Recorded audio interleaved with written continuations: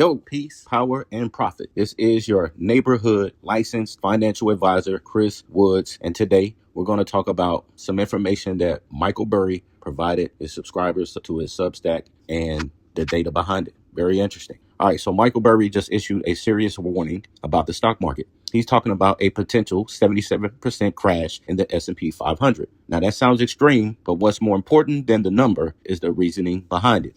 Most investors believe stock prices move based on earnings. If a company makes more money, the stock should go up. If earnings fall, the stock should go down. But that's only part of the equation. The reality is price equals earnings times multiple. And that multiple, what investors are willing to pay for those earnings, is what really drives the big moves. Historically, the biggest crashes in the market didn't happen because earnings collapsed overnight. They happened because valuations reset. This is called multiple compression. And according to Burry's analysis, this is actually the primary driver of bear markets. When you zoom out and look at history, especially when adjusting for inflation, you start to see something most people ignore. The market can go nowhere for decades. Investors can be down or flat for 10, 20, even 30 plus years in real terms. And buy and hold only works if you have the time and the right entry point. For example, from the late 1960s to the early 1990s, markets were mostly flat in real terms, not nominal terms, real terms. From 2000 to 2010, we had a lost decade, meaning that the stock market actually went down from 2000 to 2010.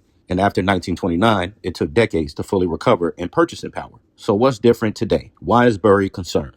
One major factor is valuation levels. If the market simply returns to recent average multiples, you could see a 30% plus drop. Long-term averages closer to a 50% decline. Historical bear market lows, that's where 70% plus drawdowns come into play. In extreme scenarios, that's where the 77% crash comes from. But what could actually cause this? One of the biggest risks is something most people don't think about: passive investing flows. For years, the system has worked like this. Workers consistently invest into index funds. Retirees withdraw money. As long as more money is going in than coming out, the market keeps rising. But that dynamic is starting to shift. Baby boomers are retiring in large numbers. Fewer workers are entering the system. Economic slowdowns could reduce contributions, and rising unemployment would accelerate outflows. If that flips even slightly, you go from net inflows pushing markets up to net outflows putting pressure on prices. And when that happens, valuations don't gently drift lower. They snap back to reality. That's how you get rapid declines, panic selling,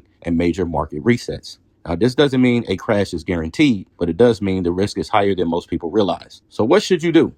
Well, let's look at what Warren Buffett is doing. He's not trying to predict the exact timing. He's preparing, holding large amounts of cash, parking money in short-term treasuries or T-bills, waiting patiently for better opportunities. And that leads to the biggest takeaway. You don't need to panic, but you also can be blindly optimistic, because markets don't just go up forever. They move in cycles driven by liquidity, psychology, and valuation. So instead of asking, will the market crash, start asking, what am I exposed to if it does? Because the investors who win long term aren't the ones who guess perfectly. They're the ones who are prepared for multiple outcomes.